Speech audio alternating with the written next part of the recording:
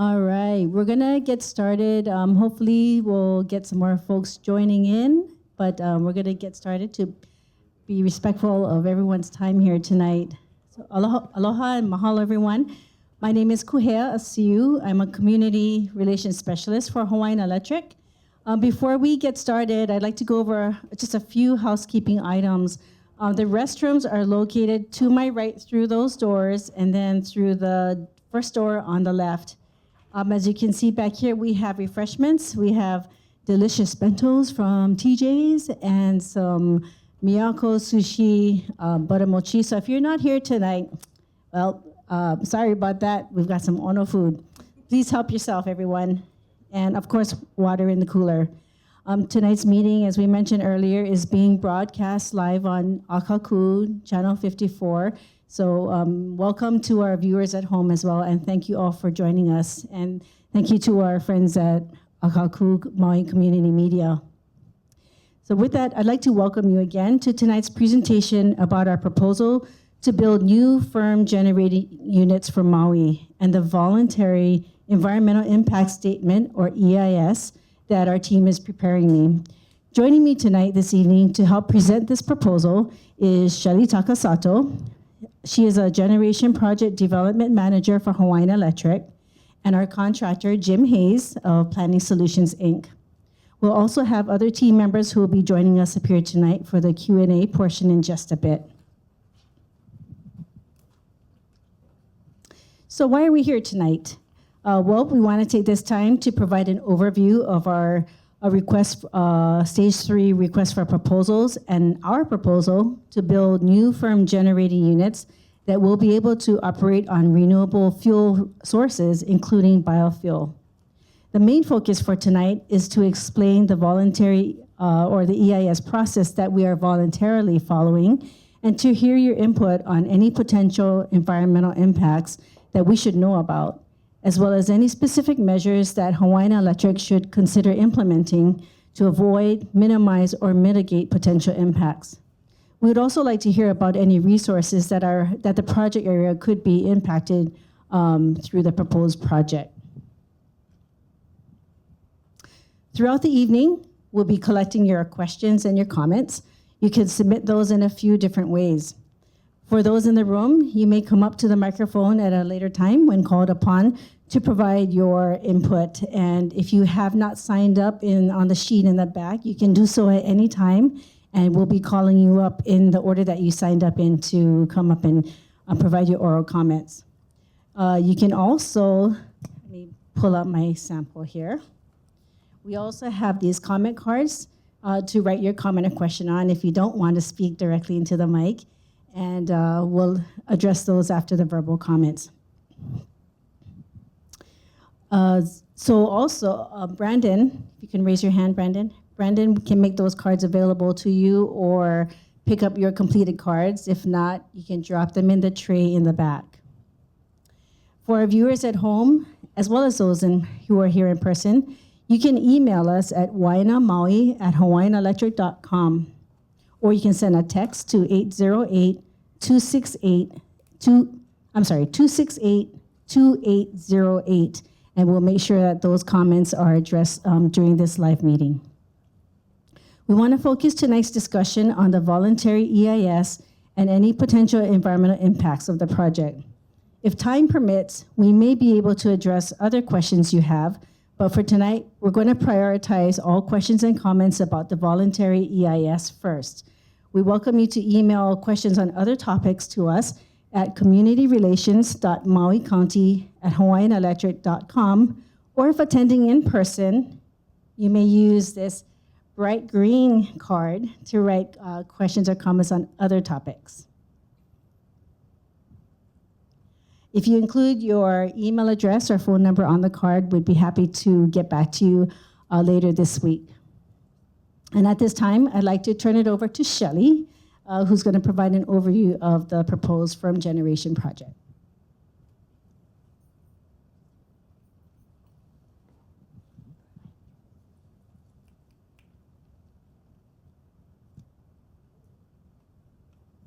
Can you hear me? Oh, good evening, everybody. So as Kuhia mentioned, next slide. We are proposing the Waena generating station for the stage 3 RFP. It's a competitive bid process that the company has. Better. Can you hear me without it? Okay. Okay, so yeah, it's a competitive process that the company follows and is actually the PUC that governs that process with their independent engineer and independent observer. So the bids are due on August 16th, 2023, and the selections will be in January of 2024. So our project is a 20 to 40 megawatt biodiesel plant that, as Kuhia had mentioned earlier. So the process through the competitive bid is a lengthy process, so there will be other opportunities for us to engage the community. Next slide. So as you can see, the site location is in Central Maui, right across the Central Maui landfill.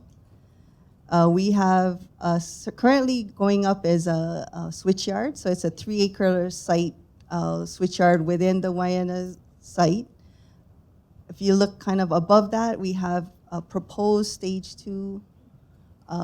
We were actually awarded a Waena BESS, or battery energy storage project. It's 40 megawatts, but the commission is actually still reviewing our application. So that is another 3 acres above the switchyard. And then on the kind of the bottom of below the switchyard is our proposed project site. So again, a 20 to 40 megawatt site. The site itself is zoned for heavy industrial, and some of the conditions of that site rezoning was to provide renewable resources. So as the project is being proposed as a biodiesel plant, it actually qualifies as a renewable resource. Some of the key benefits that the project will provide is allowing more renewable, enhancing reliability, and supporting the company decarbonization goals. So as I mentioned, the switchyard is currently in construction with a 2024 completion. The battery as proposed is a 2025 completion, and the project we're proposing would be in service by 2027. So just some additional benefits of the central location is that we are outside a tsunami zone and 4+ miles away from any residential. We are zoned again for heavy industrial, so the firm generation would be allowed on the property.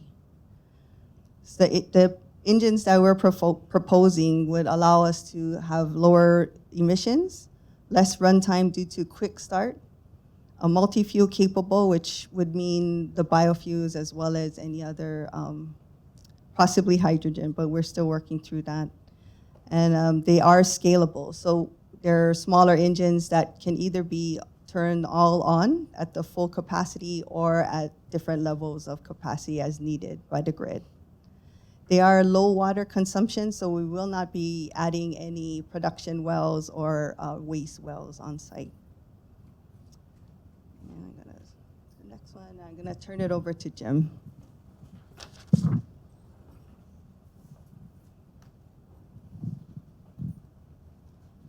Okay, thanks, Shelley.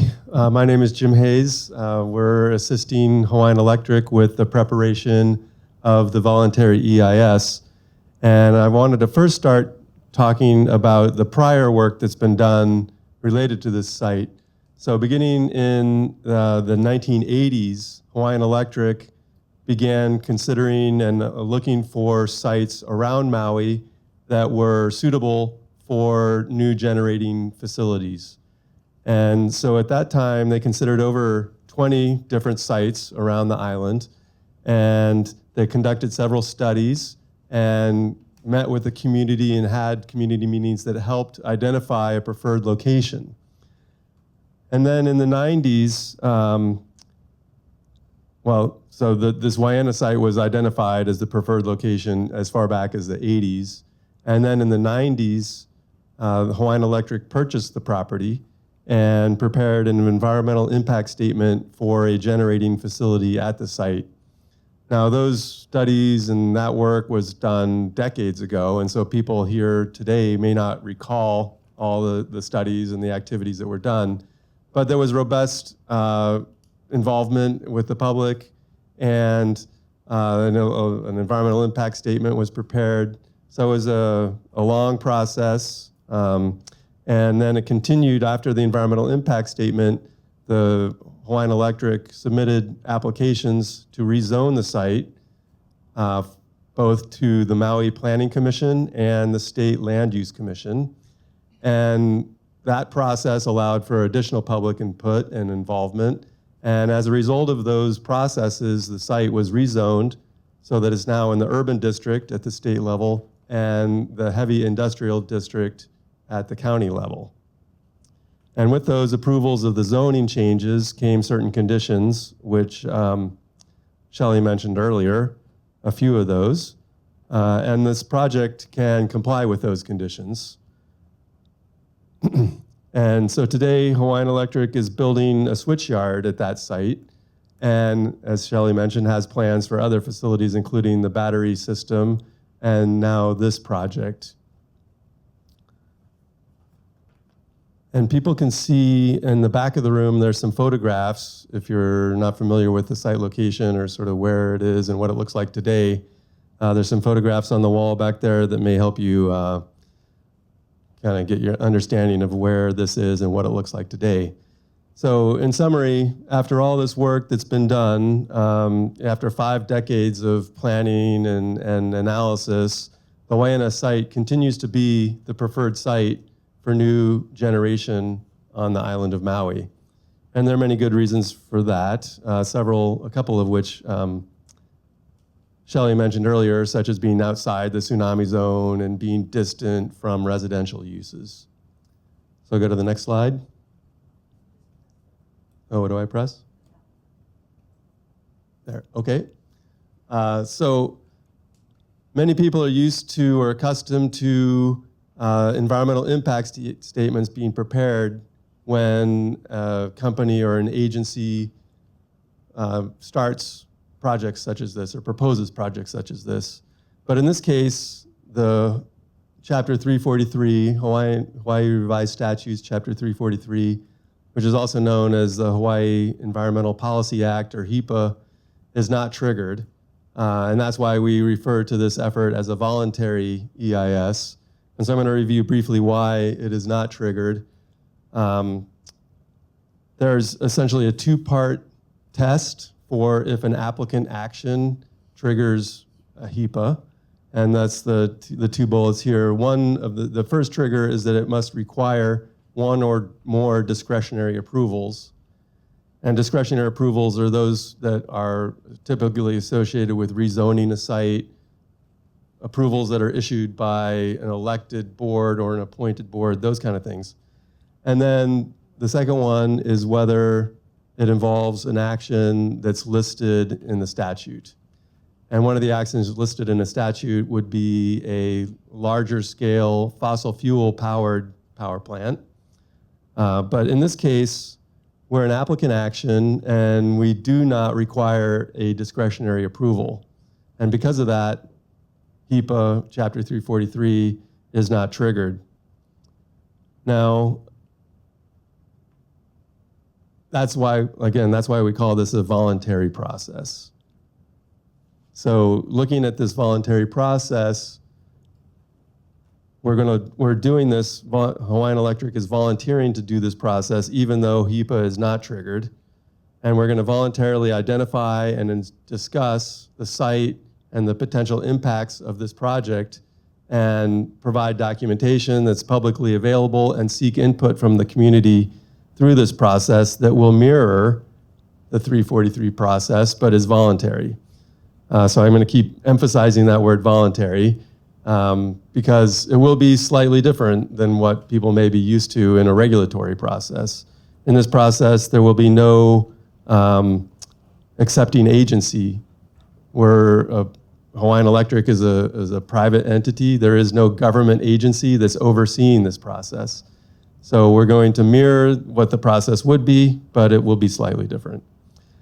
The process will include the 3 steps that are typical of the HEPA process, and we're in the first one right now, which is the voluntary EIS preparation notice and scoping meeting. The scoping meeting is what we're doing right here, right now. The voluntary EIS preparation notice is available on Hawaiian Electric's website.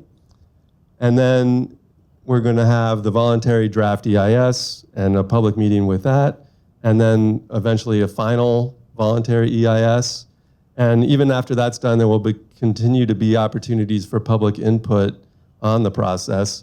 But I want to point out the last thing on the slide here is that the process may be suspended in the event that this project is not selected through the PUC process that Shelley was talking about earlier. And so just be aware of that. If you don't see these documents coming out in the future, it's probably because this project was not selected. Yeah. So a quick look at the process here time-wise. As I said, the first process is this voluntary EIS preparation notice in the summer of this year. And then we anticipate the voluntary draft EIS being available in the fall of this year. So October, November timeframe will be the draft EIS and the public meeting associated with it. And then in the spring of 2024, the voluntary final EIS. So as with a typical HEPA EIS, our voluntary EIS will address a myriad of resources and topics. And that's a quick list of some of the topics that we'll be covering in the document.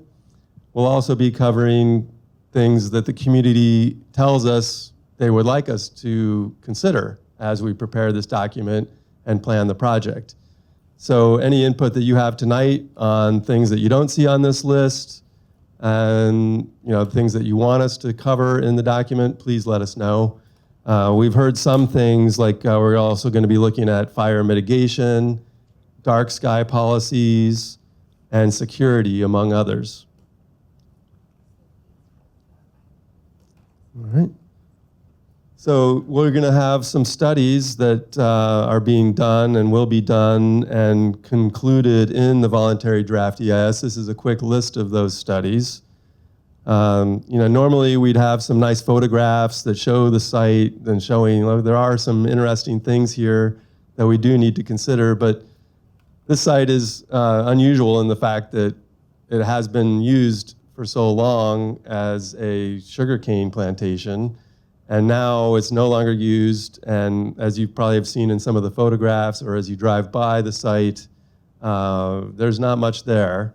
It's not irrigated anymore. It's pretty much just dry grass.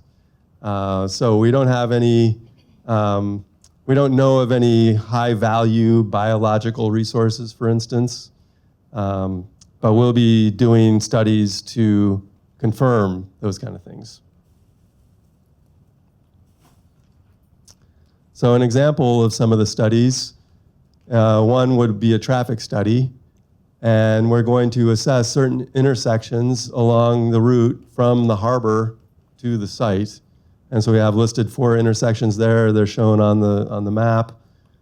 And we're going to be looking at the project's trip generation during construction and during operation, so that we'll consider whether these roadway intersections may need improvement in some regard as a result of this project.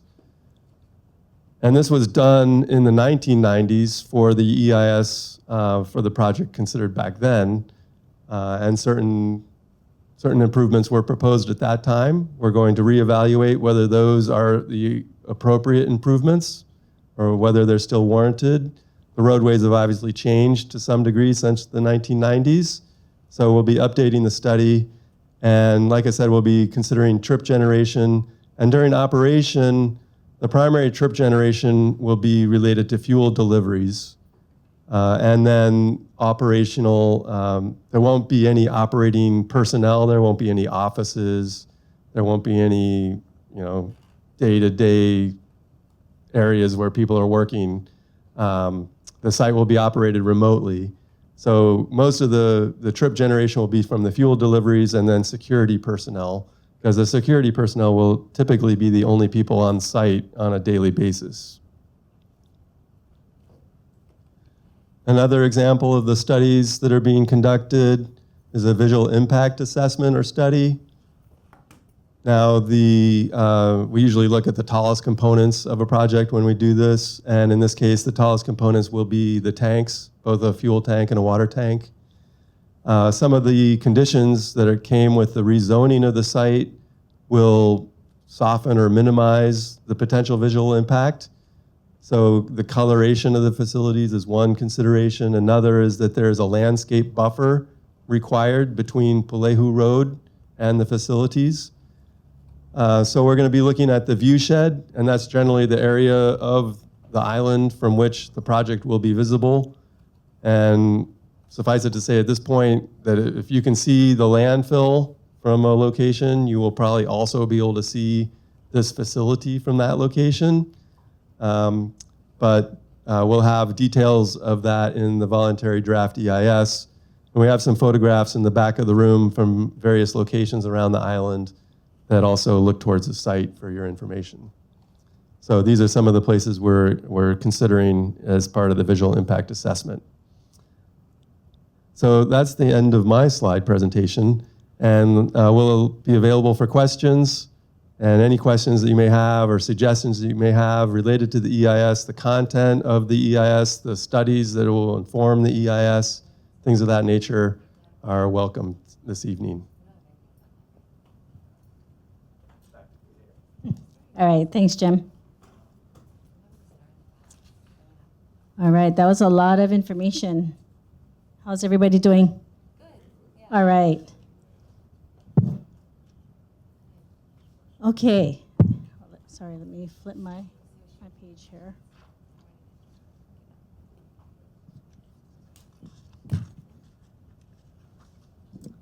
Okay, so as an added benefit of the competitive procurement process is the inclusion of community benefits.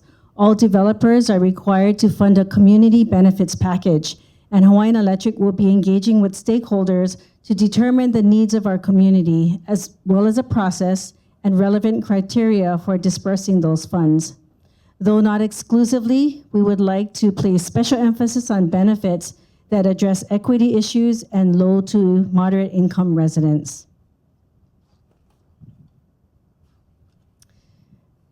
So at this time, I'd like to open it up for Q&A, and joining Shelley and Jim to help answer your questions is Jim Kelly.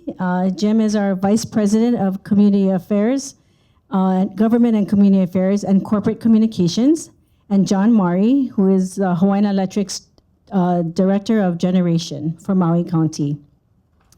So as a reminder, your questions may be submitted via email to waenamaui@hawaiianelectric.com or by text at 808-268-2808.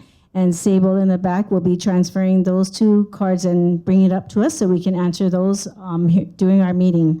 For those in person here, you can also email or text your questions if you'd like, or you can use the white comment cards. For those of you who signed up to give your comments orally, I'm going to be calling your name shortly.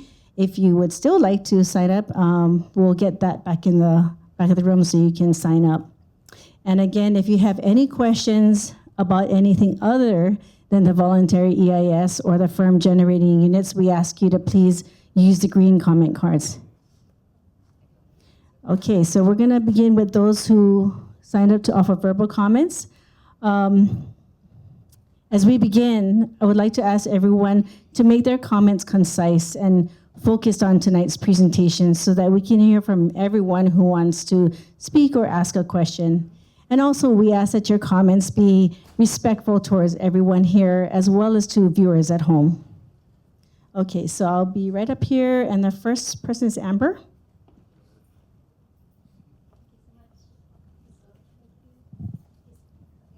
Mahalo. Really nice to be here tonight. I'm new in this community. I'll just kind of be transparent with that. Something I'm passionate about. Born and raised on Oahu. And thank you for everybody who's doing what they're doing and working with the policies and trying to make things better and more sustainable. I've recently joined a company, and this company is a global sustainable consulting company. Closer.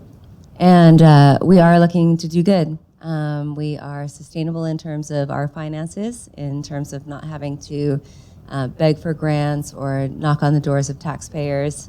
We come fully funded.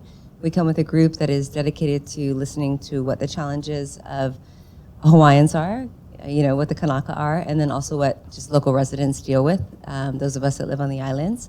We're new in that respect. I don't know that it's directly translatable to the conversation tonight, so I won't tangent. I won't go left or right.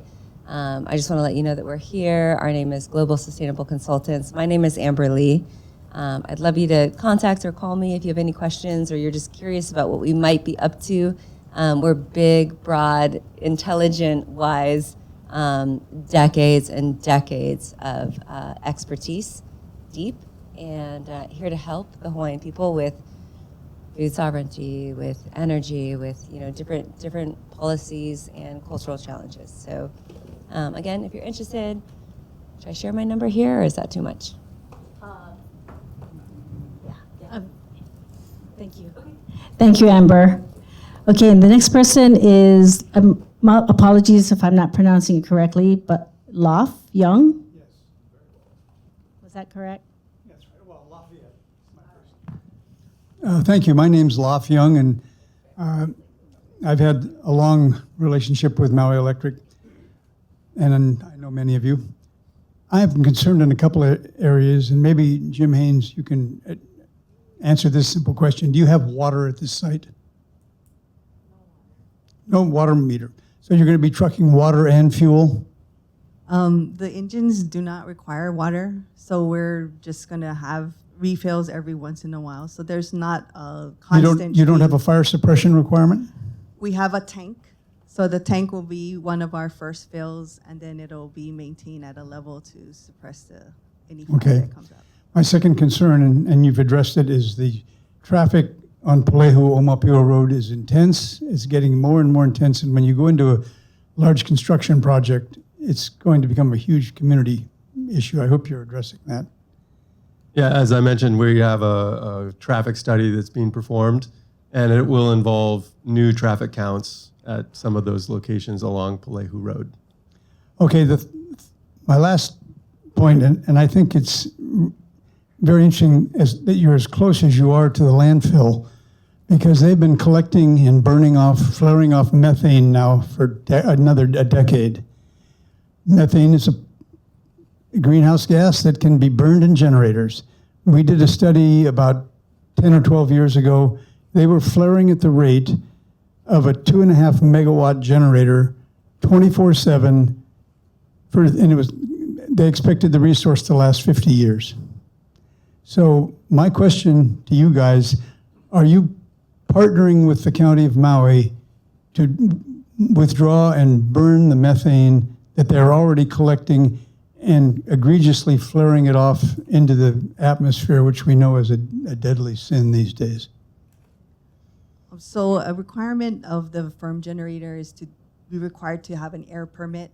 So we have to take into account whatever they're producing as well as what we are. So it does affect our operations. We haven't gone as far as to, I think, have discussions, as you said, with the city, or the county. But I mean, it's a renewable resource that's sitting right next door to you. Well, and that's it's a kind of the site is something like we mentioned, we've owned for almost 30 years at this point. So it's kind of like it's just a neighbor issue, so we'll just have to deal with it. But it is going to be considered in our air permit, the analysis they have to do. So their flaring of methane will be part of your permit It's considered, review? that's why our permit parts per million is so much less than we had anticipated because of the activities that go on at the landfill.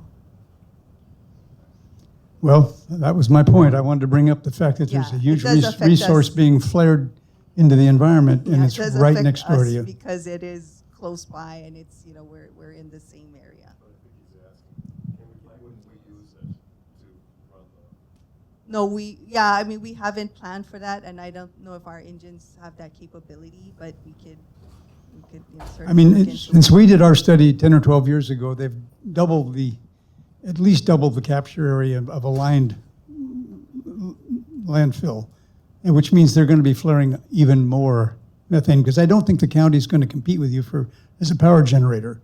But they'd be delighted if you'd take all that methane off their hands and burn it. Okay, thank you. All right, thank you, Love. Okay, I'm gonna put this sign-up sheet back on the table.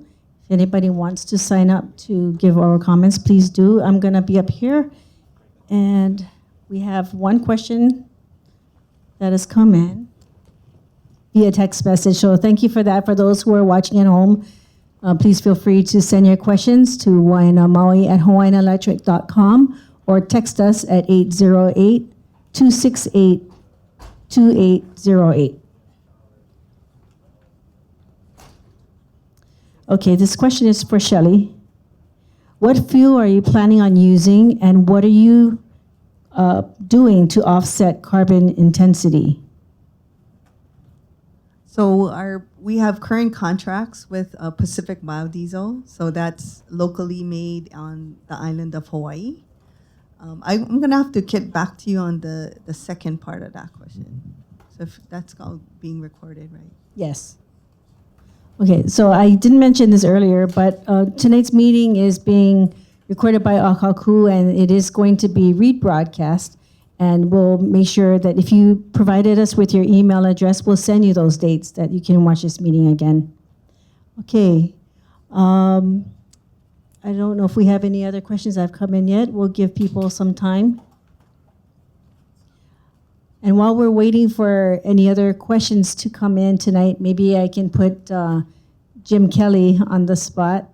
And Jim, if you don't mind sharing a little bit more about the community benefits. I think it's something new in this RFP.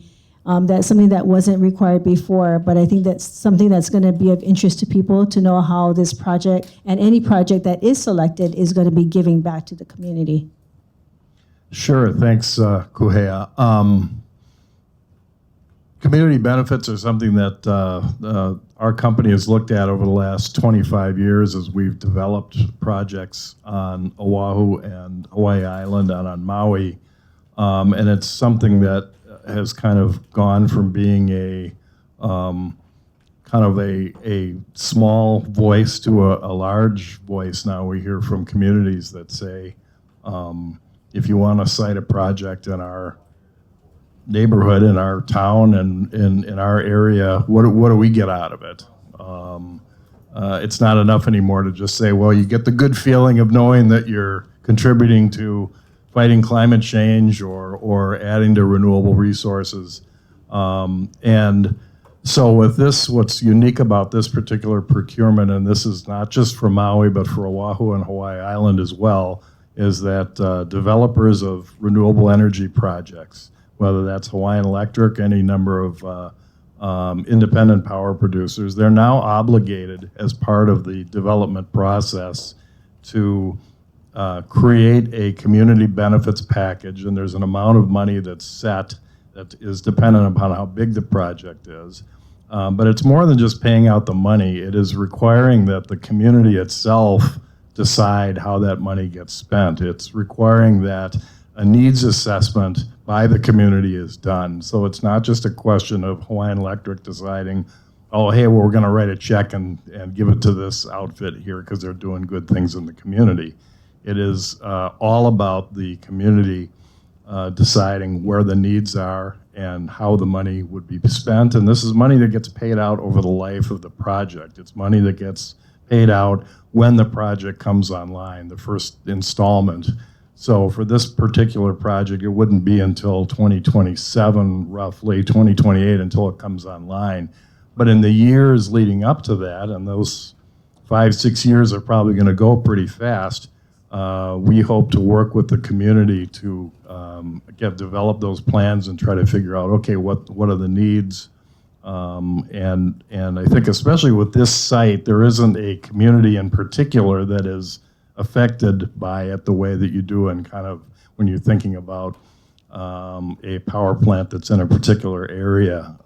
Since this is off kind of by itself, that's one of the things that we want to work with on the community is figuring out, okay, where are the areas where we can make the most impact? It doesn't necessarily have to be, obviously the landfill is the closest neighbor, and I'm not sure we have to worry too much about providing community benefits across the street, but that is one of the things we're going to be working on is to help figure out how we do a needs assessment and see where these benefits can go. The benefits are also, this package is also, it's about communicating with the community on a regular basis about the project. There have been projects that, over the years, they've either, some projects have done a great job engaging with the community and providing a lot of opportunities for people to weigh in and provide comments and in some ways sometimes making the project better. There's other projects where the communication hasn't been as regular, consistent,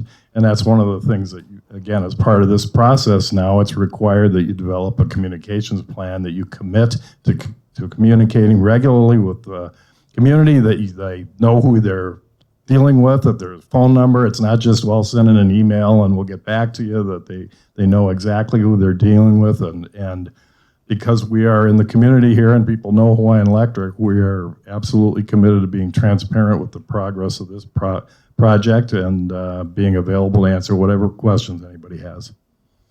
Okay, thanks, Jim.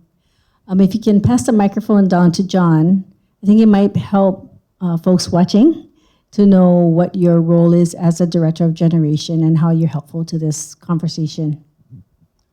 Okay, so again, I'm the Director of Generation for Maui County. I'm responsible for the operations and maintenance of the generation stations on Maui Island as well as Molokai and Lanai.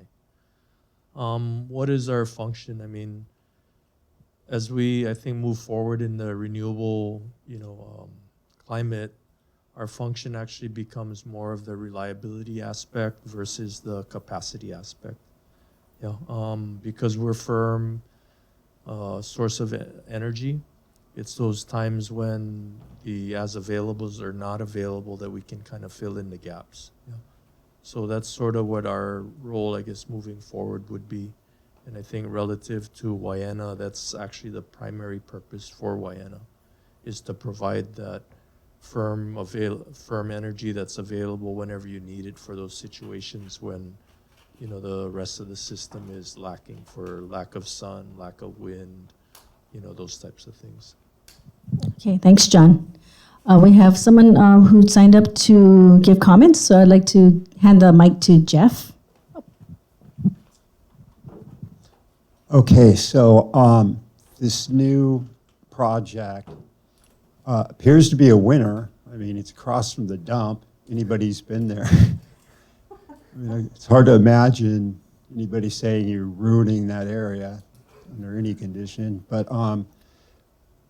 what my question is this firm generation capacity, is it designed to come up with the shortfall if the rather ambitious grid plan of having everybody on solar? In other words, does this cover it? Say the solar part falls dramatically short, which I'm naive, I'm not a professional, but it's almost humorous when you read how much electricity Hawaii Electric is trying or thinking they're going to get from solar generation. So would this be able to be scaled up if the solar goal falls dramatically short, like real short, like ridiculously short? Wow. So, Kahului Power Plant is currently being looked at to retire. Right. It's an aging facility. So we're looking at this the firm generation request for proposals to replace that generation. I think as part of the commission's approval of the RFP, they did say, depending on what you see or what you receive as proposals for this RFP, will scale up or down. And so this project, like I mentioned earlier, is scalable. The technology that we're proposing is able to kind of move whatever that outcome is. Okay, so I'm going to take that as a yes. This could fill in the gap if other goals of sustain or the grid plan fall short. Okay, then the second question, follow on, is we all know, or hope we all know, that Hawaii uses the most petroleum to generate electricity per capita than any state in the country. And it's not even close. It's like by far. So the choice on what fuels to burn at these scalable units, if you choose to use a biofuel, that's going to help meet the petroleum goal, right? It's biodiesel, so it doesn't count as a Oh, okay, fossil so- fuel. Yeah, so by 2045, I'm sure you know we have to be 100% renewable in the state of Hawaii. So your number will eventually go down. But yeah, so our fuel that we're proposing is a biodiesel, so it counts as a renewable resource. Okay, I'm not sure if you answered my question the way that I could understand it. So the biodiesel, is that going to count as a petroleum product? No. Okay, so, then now I have my last question. Okay, will Hawaiian Electric make the decision to spend more money on biodiesel rather than conventional petroleum in order to meet this goal? In other words, if they have to pay twice as much for biodiesel as petroleum diesel, would that be something that that Hawaiian Electric would be willing to do? And I know you guys operate under the PUC and all that. You guys aren't in your lab cooking up all these ideas. But I mean, would that be something you think the PUC would kind of force you into doing? Well, by law, we're required to by 2045. So we would have to use a renewable resource, non-petroleum based. Okay. And biodiesel is way more Renewable. expensive. Yeah, it's renewable, but it's way more expensive than regular diesel. Just one point to follow up on that. We use biodiesel on Oahu right now, and one of the reasons that it is more expensive than regular diesel. But the idea of this plant, as with the plants that we use it on Oahu, is they're not on all the time, and they're not like the Kahului power plant or even down at Maalaea where it's on. It's supposed to be on 24/7. These units that we're envisioning are going to be, as John said, fill in the gap. They come on when they're needed, and unlike some of the older models that are supposed to be on all the time, that's how they were designed to run. These, you switch them on, you switch them off. They can ramp up, ramp down, depending on the needs of the system at any given moment. So presumably they will use less fuel than a unit that's running 24/7. But and in the in the short term, when all of this comes before the Public Utilities Commission, they're going to look at what the prices are. Now, the good thing about these units is they can run on a variety of different fuels,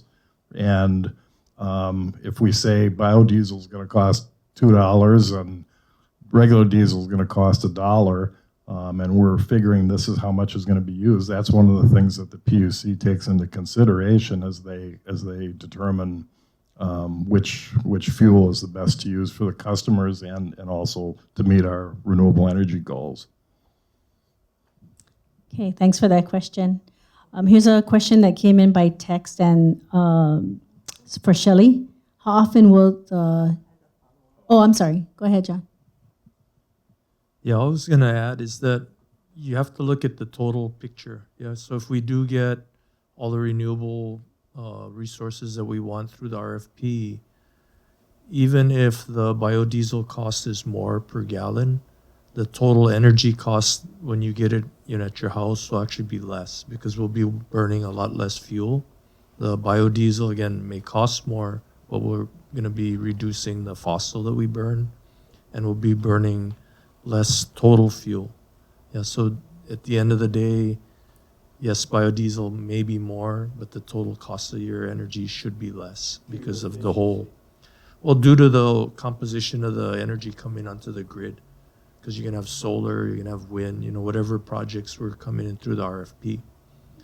Waena is only filling in the gaps. Waena is supposed to only, so to speak, come on when these other sources aren't available. So it should not run that much, assuming the process goes through the way it should.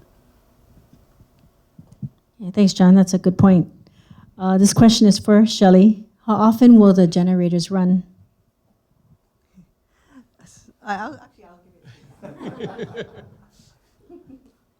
I don't know. No, they should run really very little. I mean, I don't see them running 24 hours a day for any reasonable amount of time.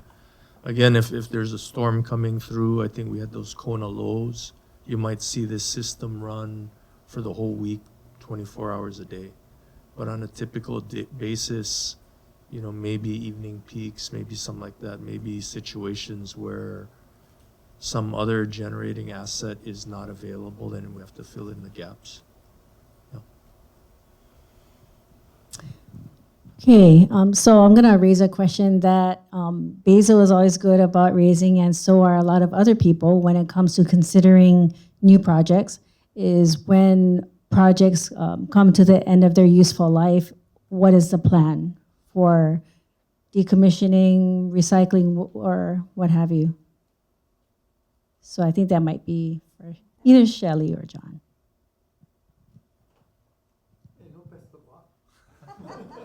I mean, that's hard. Which projects are we? Or this firm generation, if there is anything that may come to the end of its useful life, or how do we continue maintaining it?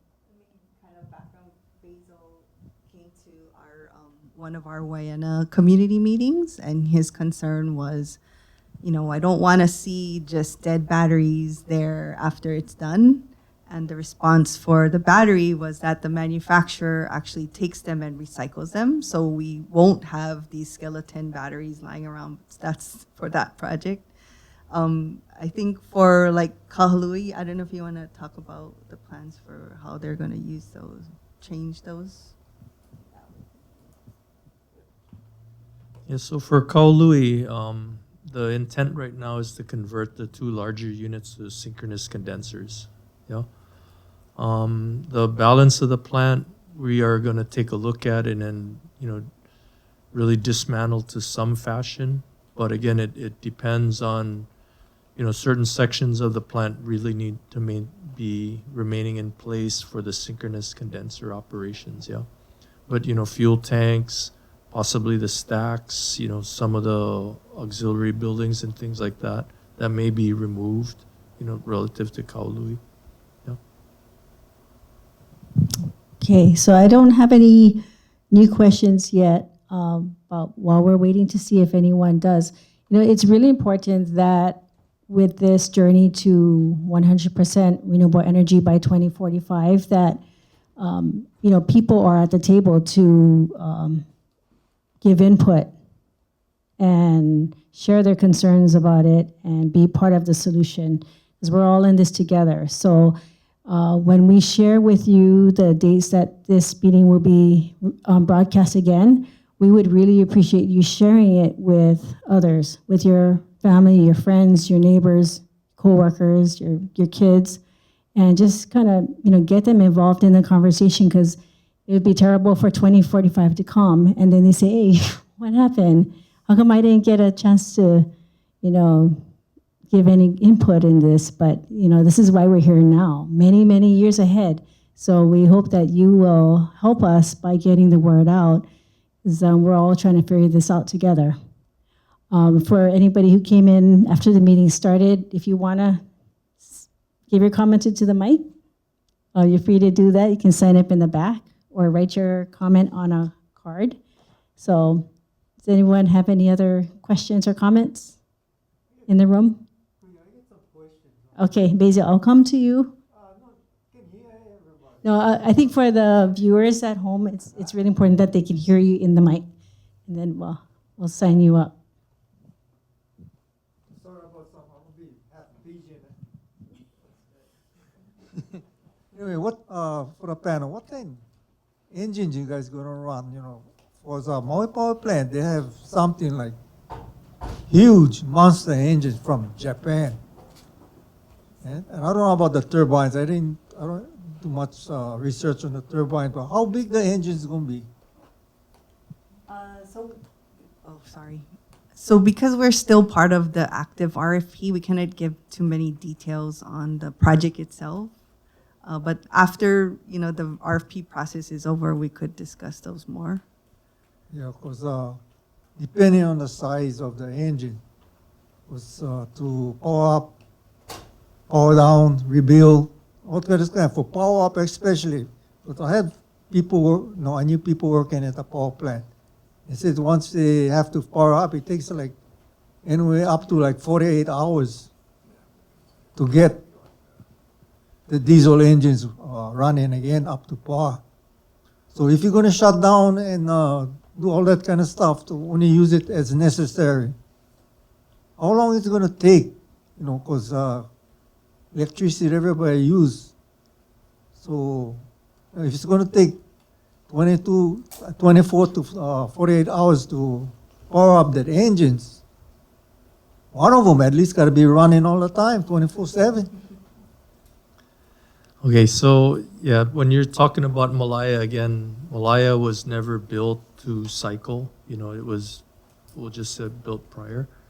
Without getting into details of the Waena proposal, because again, it's an active RFP, so we're not really at liberty to discuss specifics. Yeah, it's a competitive bid process, but the engines that we would be looking at would be a fast cycle time in order of minutes. When you say you need the engine, you hit the button, it'll be minutes before it's up at full capacity.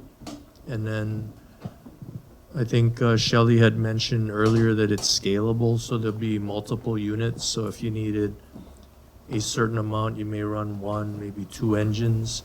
If you needed a whole bunch, you might run all the engines, all at once or in sequence, depending on the need. So it won't be the same characteristics as Malaya, where you're right, we have big diesels, but they were brought in at a different time for a different purpose, more of a base load situation at Malaya. Yeah, so the thing is, I like to see made in America or built in America. If it's running pistons or turbines, because I know Malaya get turbines. And they say that's the most efficient because you power up and you use exhaust to power up another generator. Yeah, so what you're, I guess, discussing is a combined cycle system that we have at Malaya, which is a gas turbine with a boiler, a steam generator, and a steam turbine behind it.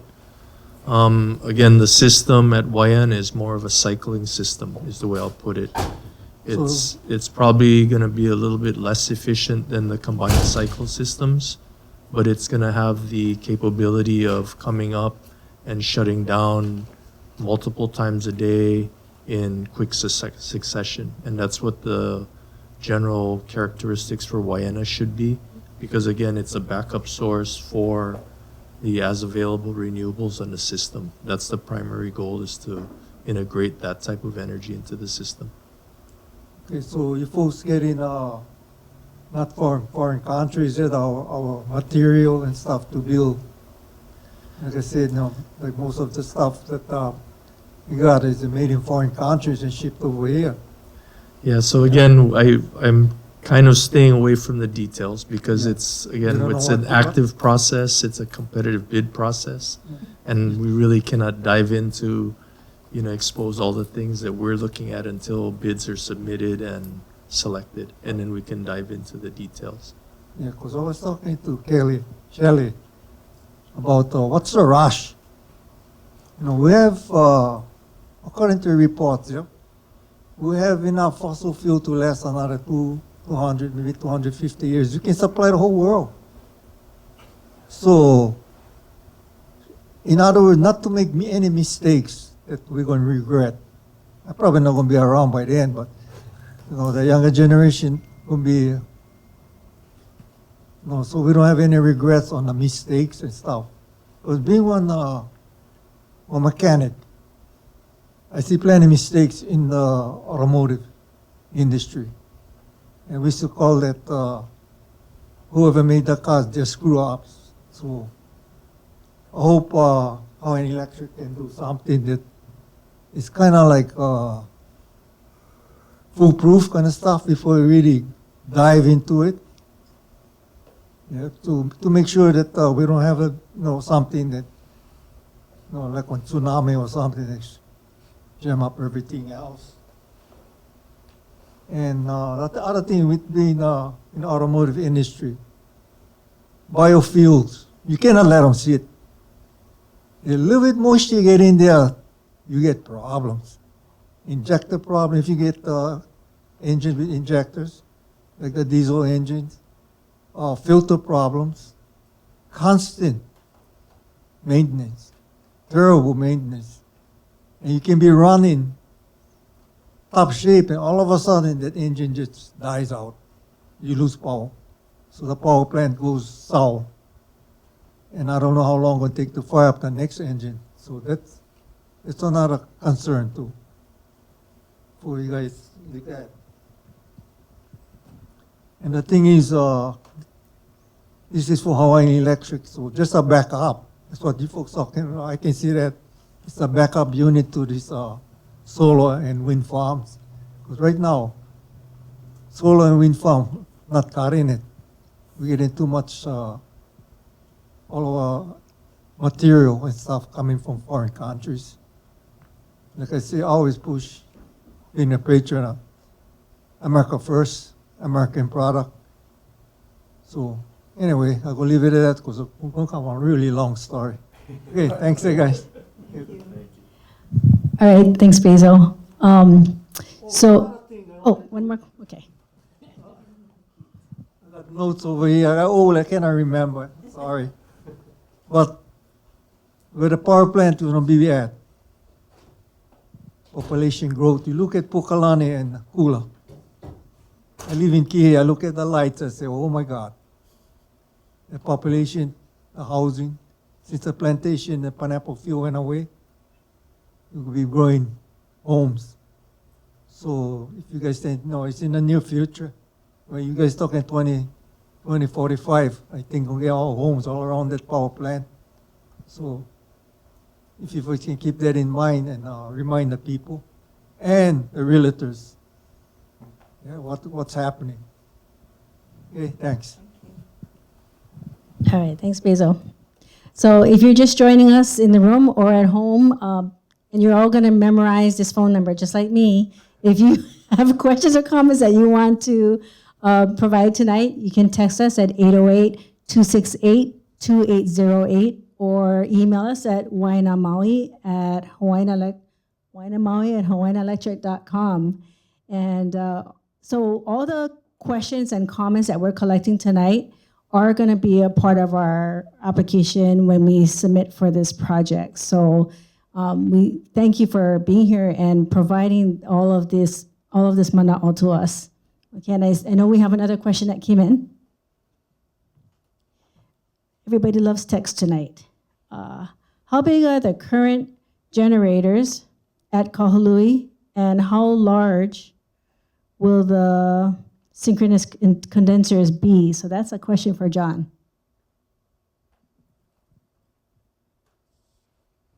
Yeah, so the generators at Kaului are really two 12 megawatt and two 6 megawatt generators. So the synchronous condensers are actually using those same generators. Yeah. The only difference is they won't be powered. Okay. Anybody else care to provide comments orally? No questions. Anything from the panel that you want to share? Jim, you have some thoughts? Well, I just wanted to emphasize again the kind of input that we're looking for to inform this voluntary EIS process that we're undertaking. And Kuhea mentioned it at the start of the meeting, but I'll just provide a refresher on that. And specifically, we're looking for input on the kind of impacts that this project might have, both considering the site itself, which I think some gentlemen previously said, well, we kind of understand that the site doesn't harbor sensitive resources. It's already been rezoned for industrial purposes, things like that that make it appropriate for this use. But nevertheless, people may know of things that we are not aware of. And so we're always reaching out to the community and hoping that they share their knowledge with us, and so that we can incorporate those things into the studies that we're doing now, rather than hearing about it down the road when it's too late. We're also interested, so that's like the studies that are like right in the site, but people can think more broadly, like with the visual impact. Are there things, there are certain areas of the community where we should focus our effort when it comes to visual impact assessments? Are there other resources in the community or other projects in the community that could be affected either beneficially or adversely by this project? And should we be considering those as we develop and plan this project? Then things that you can think of that would either minimize or avoid those potential impacts, things that we could do. I mentioned earlier, just painting the facility certain colors is one thing that's a condition of the current approvals, but there may be other ideas that people have of ways that the project could be designed or situated or what have you to avoid certain impacts. And then kind of studies that we're going to do. If there are other studies that people feel are important to inform the community. Someone brought up earlier offsetting the carbon intensity, and that'll be part of the efforts that we're doing with the air permit and with the greenhouse gas emission analysis that will be discussed in the EIS. But if there are other things along those lines, if there's studies that you've seen done by other projects that you liked or you felt you didn't like and why, let us know those kind of things. And then we can try to do better in this instance, or we can try to incorporate those ideas into this project.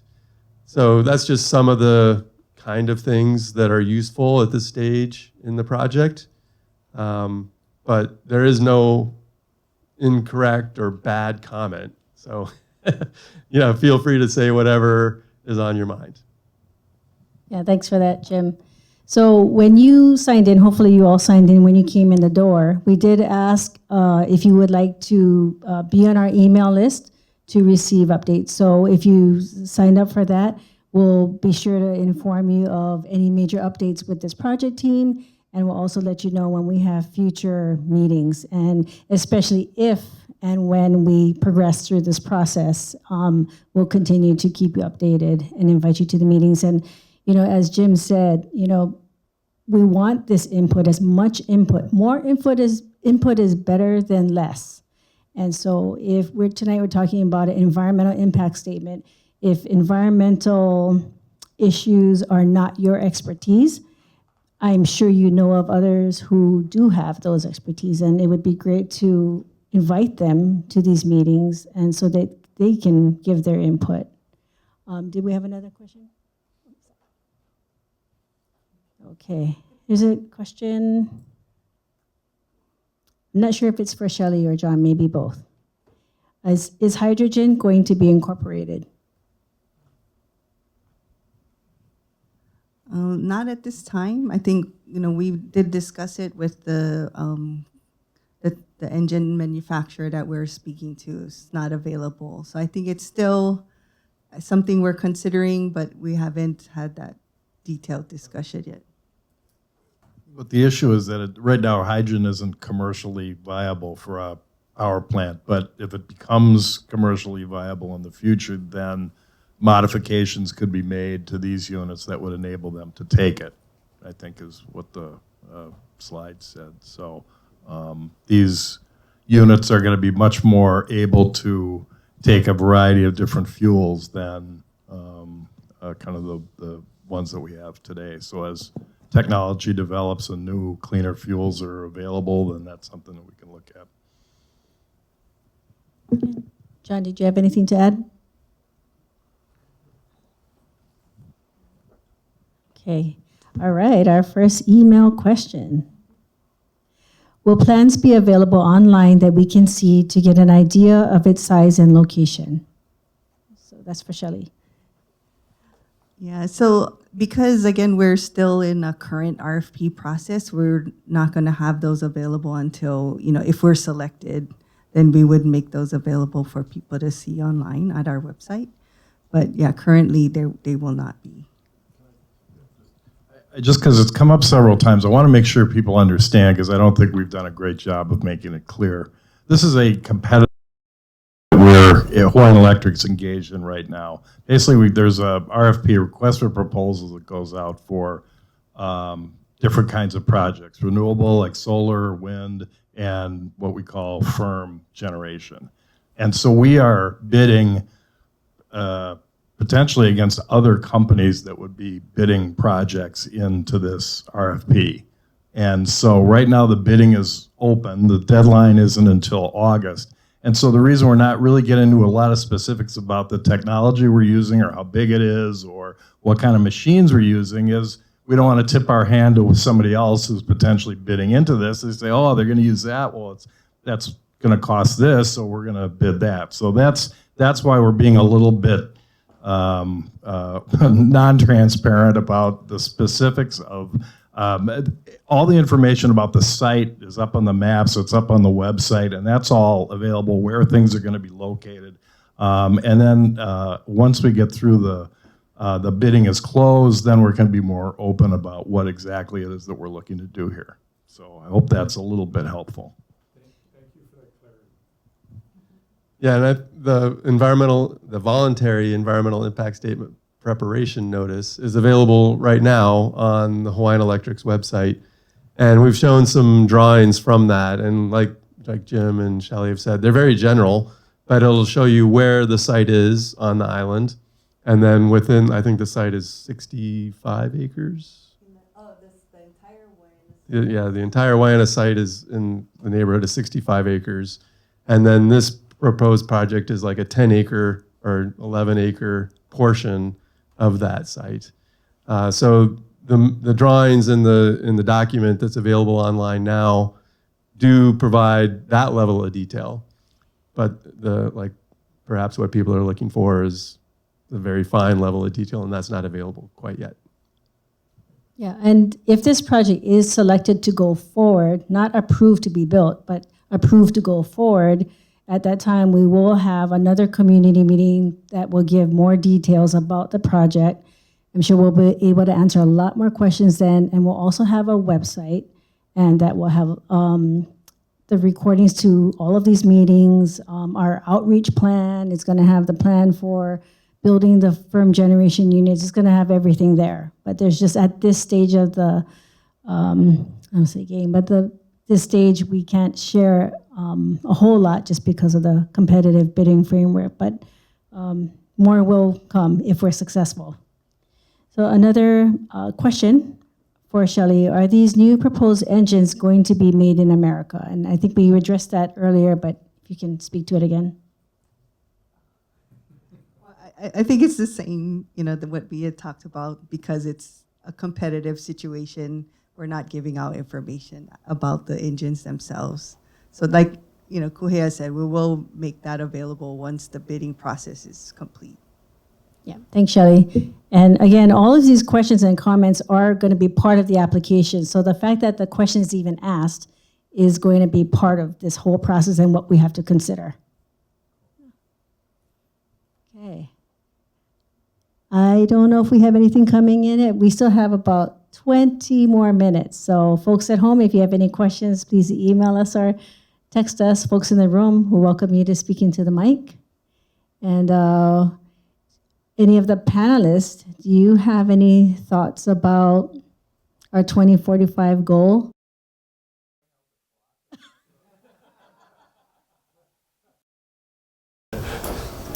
Oh, yes, you have a question. Okay, if you can please say your name again and hold the mic up. As I understand it, the control for the whole Maui grid is in Malaya. Is that where the management of the grid is? Well, our SCADA and dispatch center is actually in this complex right here. So I mean, part of the threat in the future is tsunami, and I'm wondering if how much of Malaya will be retained that would be vulnerable to a tsunami as we move forward into the decades. Well, moving forward, there are plans for at least the CTs to be around for a while. Yeah, and it's all dependent on what comes out through the RFP process, right?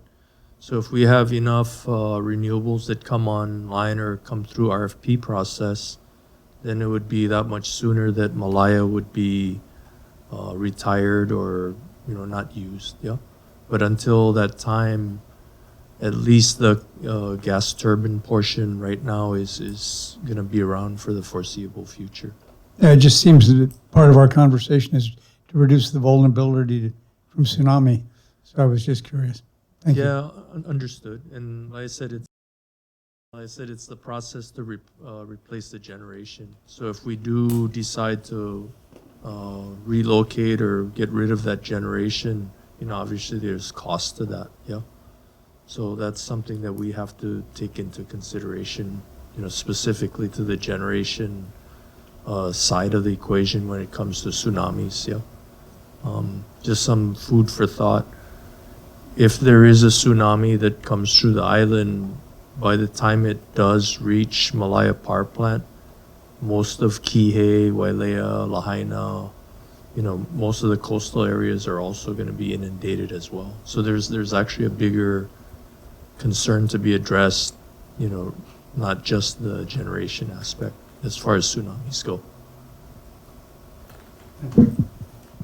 Okay, so I don't know if this happens to you, but whenever you go to a meeting or something and you think of a great question the next day or when you go home that night. So if that happens to you, please feel free to email us at any time at waenamaui@hawaiianelectric.com. The text option won't be available, but you can email us at any time. So, we have a question coming in. But while we're waiting for them, our panelists, any thoughts you're dying to share? I just wanted to thank everybody for coming out. I know it's a lot, it's late. We did get food though. Hopefully it was good. But I appreciate you guys coming out. We really, want to hear what you guys have to say. Everyone that's watching us as well, we really do appreciate your time and the care that you're taking to ask these questions and come up with these questions for us. Okay, so John, this is a question for you. How much new power needs to be built? That's a tough one. How fast is Maui going to grow, right? That's really how much new power has to be built. Yeah, I really can't answer that in true numbers, yeah. The thing I think that I would say to that is that as we go to the renewable energy, program, I think it's important that people understand the type of power that we're talking at, or the availability of it is different from what you're used to. Yeah. The traditional sense is we have a generating station and we provide fuel to it. And as long as we have fuel, we have electricity. Where we're actually headed with the renewables, we need that other resource, whether it's wind, solar, hydro, whatever the resource happens to be. Yeah, so to answer that question is actually kind of difficult, because if all the winning bids are solar, then there has to be a battery component to it. If there is no battery component, then really we can't power the system at night. Yeah, that's kind of just an example. So yeah, I really couldn't answer that question. Depends on how much Maui grows, and it depends on what resources come on the grid. And then that'll determine how much of it we need if we're going to go to a full renewable as available resources with storage. Yeah. Okay, thanks, John. This question for Shelley. What would the environmental impacts be to the mahi pono crops around the Waena generating station, and is that being considered? I can talk about that one. So we are reaching out to the Mahi Pono as part of our scoping effort. And we're reaching out to the other property owners in the area, but Mahi Pono is one of the big ones, obviously. And we'll be discussing with them whether they have any questions, similar to the way we're reaching out to the community tonight. We haven't heard anything specific from them yet, but we will be coordinating with them. And we've been, like, I don't know if people are aware of their activities in that area. They've been planting citrus seedlings all around this Waena site. So we are taking those into consideration. Things I've seen on other projects in the past is just considering shadow effects, because obviously the plants need sun to grow. We don't anticipate there'll be any shadow effects from this project. So we haven't identified any specific concerns at this point, but like I said, we will be coordinating with them to see if they have any concerns that we're unaware of. Okay, thanks, Jim. And I see that we have another question coming. And thank you to Sable for writing all those questions down and then having such good penmanship. Okay, so the question is, how much new power needs to be built as part of this project? So the RFP that was issued in stage 3 asked for up to 40 megawatts. So that was the ask. And we're only focused on that side. The variable side did have a request as well. I don't follow that side because we weren't doing a project there. But that RFP actually closed in April. Jim, you want to add something?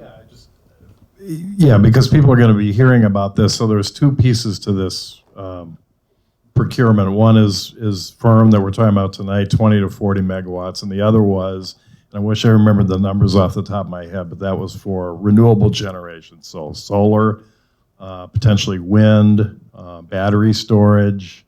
Those are also being considered, and the bidding on that closed already. So I'm sure, in the coming months, you're going to hear about projects that were bid in and were successful on the renewable side. I'm sure there's solar projects out there that are being proposed. And these are in addition to projects that are already in the works.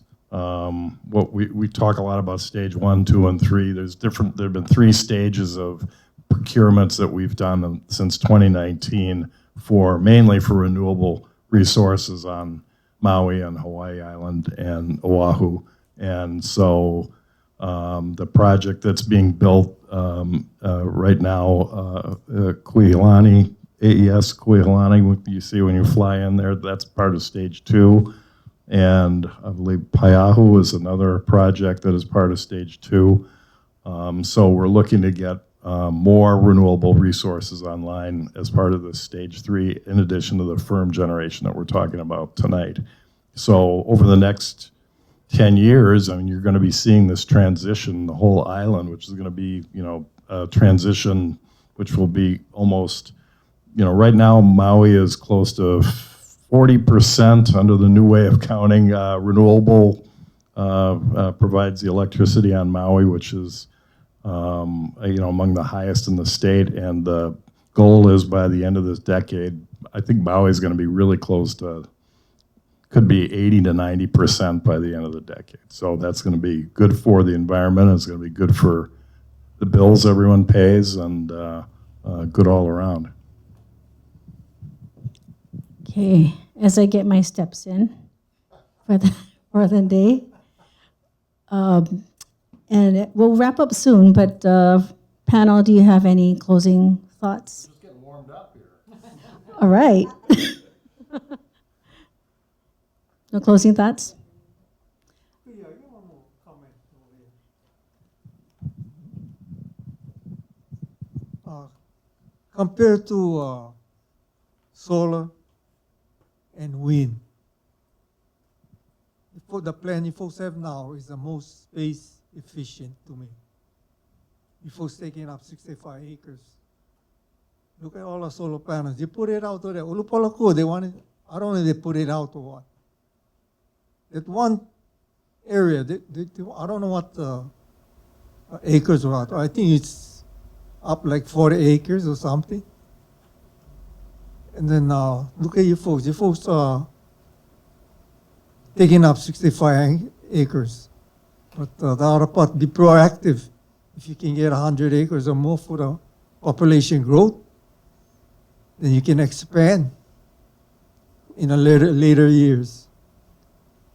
And then so solar and wind takes up too much space.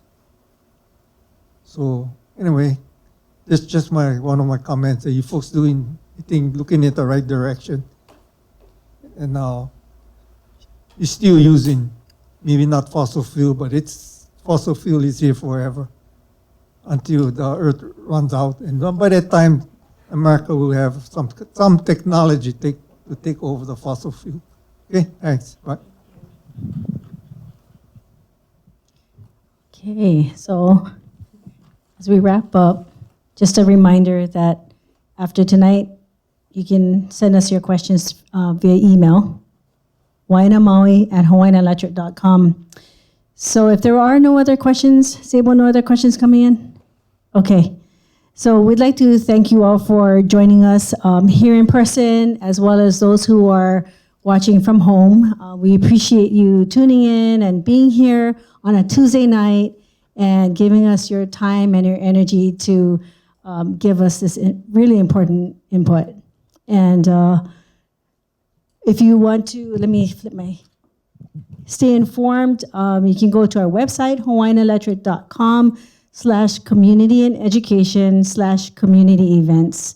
And we hope that you will stay engaged, bring others with you, because it's kind of fun being here tonight, right? It's not too bad. We feed you too. Please take some food home and have a bento for tomorrow and take some for your family.